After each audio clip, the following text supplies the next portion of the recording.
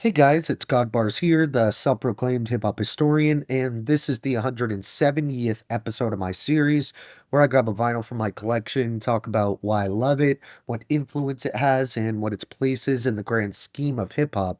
So while it definitely wasn't intentional, I realized I haven't done any Southern hip-hop albums in this group up until now. So even though I have one of the best hip-hop albums to ever come out of the South coming up a little later towards the back end of this group, today I wanted to discuss one of the genre's most successful businessmen, Master P. He may not have necessarily been the most lyrically proficient or densest writer, and he wasn't doing insane technical acrobatics, but his personality and character on the mic is what really shines through in his music, as does his inhuman work ethic. Master P was famously the founder of No Limit Records, which sported an insanely impressive roster, with some of the big names being the late Soulja Slim, C Murder, Silk the Shocker, Fiend, Mac, Mia X, Mercedes, Cain and Abel, Mystical, just to name a few. This independent Southern label absolutely took over the 90s, and their diverse arsenal got even denser once Snoop Dogg famously joined for a period after his falling out with Suge Knight and Death Row Records.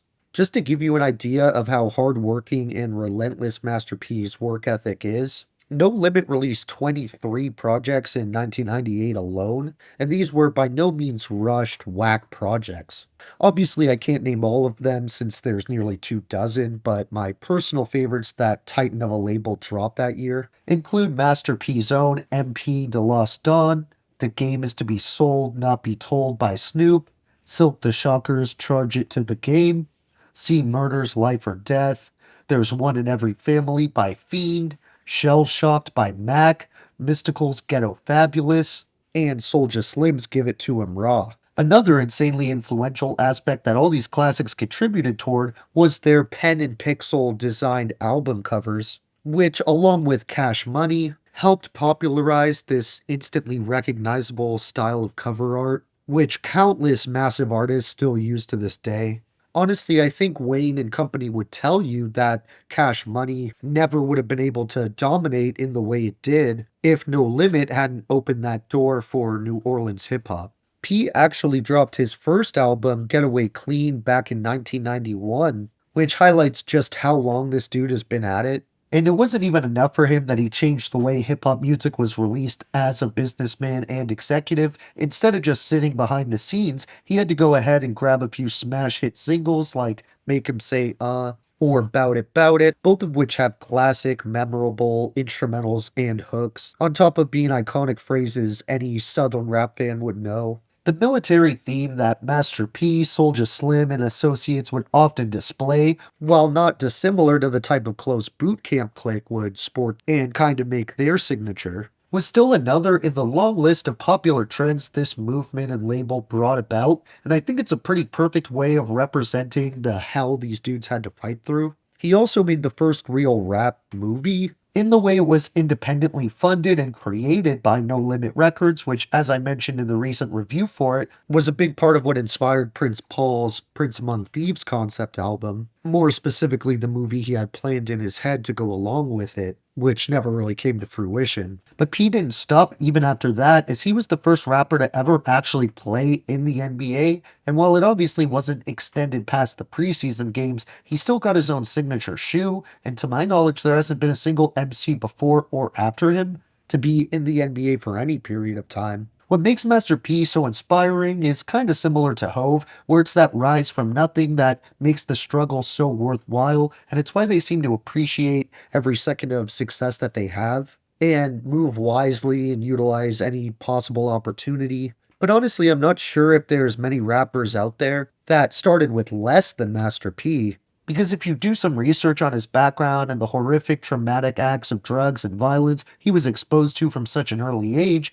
you'll see why people think it's so admirable that he did everything in his power to get him and his family out of that situation.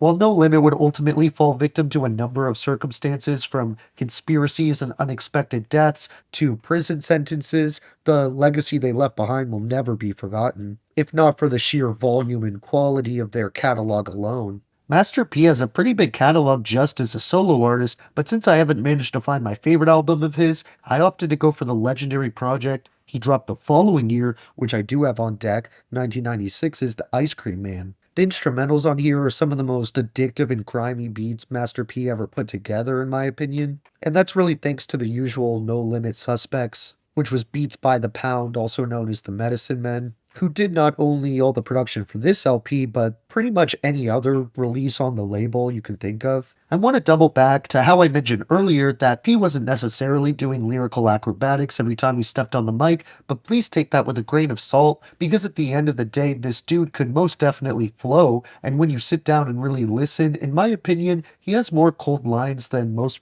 would probably give him credit for.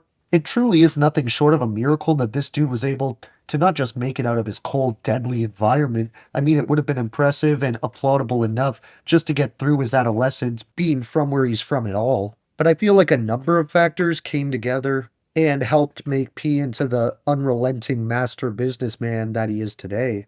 Like seeing a man get murdered at just 5 years old outside of his home, or growing up with 16 people in a 3-bedroom project. Sleeping on the floor and eating after everyone else had, P describes times where he only had cornflakes and water to eat, and when you think about it, he had plenty of excuses to go straight to a life of crime just to survive and provide for himself. But instead, he did what all geniuses do and used this pain and emptiness to transform his situation into something positive and fruitful for his family, as well as the neighborhood and honestly the entire city.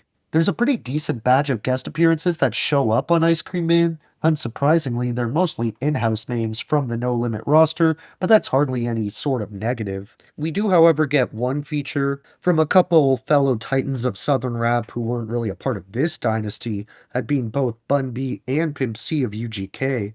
The rest of the guest spots are delegated to Silk the Shocker, Mia X, Mo B. Dick, Big Ed, Mr. Servon, Trey 8, and Skullduggery. For honorable mentions on this Southern gem, I have to go with Mr. Ice Cream Man, Time for a 187, Break 'em Off Something, How G's Ride, No More Tears, Sellin' Ice Cream, Never Ending Game, Bout That Drama, Killer P, and My Ghetto Heroes. When it comes to my 3 overall favorites here, I'd have to go with A Half on a Bag of Dank, Time to Check My Crock House, and Bout It too. Thank you for watching my 170th video. Next time, we have one of the few iconic West Coast groups I haven't had a chance to discuss yet, so look out for that one, and if you enjoyed, be sure to like, subscribe, and let me know what your favorite moments off this classic are. Don't forget to have a great day, and I'll see you next time, okay? Alright.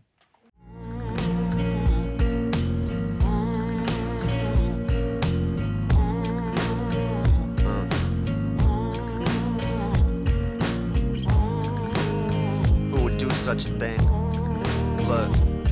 Look, I stand in the flame of a feeling we call pain. Father's Day mug, little hand shaped in clay. Carrier planes flew overhead in pockets.